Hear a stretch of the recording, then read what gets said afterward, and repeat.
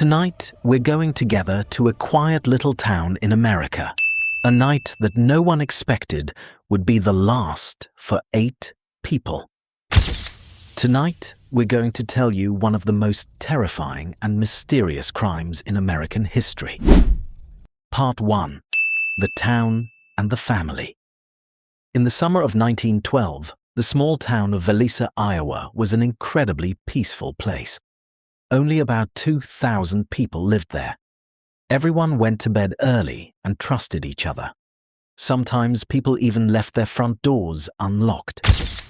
On June 9, 1912, the Moore family lived at 5082nd Street. Josiah Moore, 34 years old, was a successful local businessman. His wife Sarah was 33 years old. Their 4 children were Herman, age 11, Catherine, age 10, Boyd, age 7, and Paul, age 5. That night, they also had 2 young guests, Catherine's friends, the Stillinger sisters, Lena, age 12, and Ina, age 8. Everyone was preparing for what should have been a completely normal night's sleep. Part 2. The Night of Horror. Between midnight and 2 o'clock in the morning, while everyone was deeply asleep, someone entered the house through the back door. They didn't break anything. They didn't make a sound.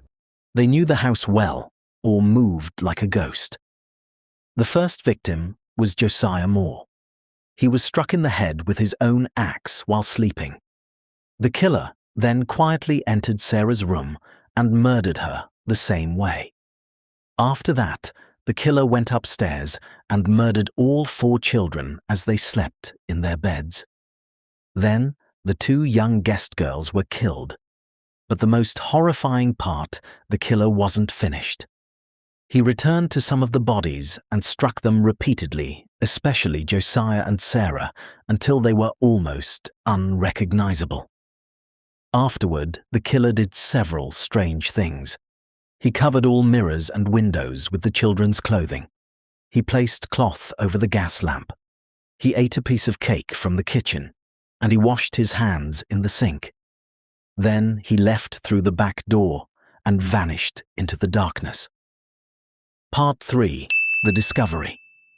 On the morning of June 10th, neighbors noticed that the Moore family had not come outside. A neighbor named Mary went to check on them. She opened the door and screamed. What she found inside was a true nightmare. Blood was everywhere. The bodies were left in horrifying positions. When police arrived, a terrible mistake occurred.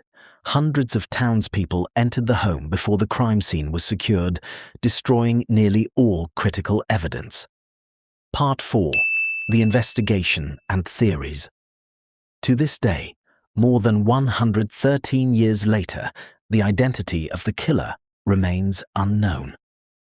The main theories include Reverend George Kelly, a strange preacher who was in town that night; the Axeman, a serial killer who traveled by train and murdered sleeping families; or a local person who held a grudge against the Moore family. The house still stands today. It now offers nighttime tours for those fascinated by haunted locations. Many visitors claim they can still hear the sound of children crying in the darkness. If you enjoyed this story, write in the comments.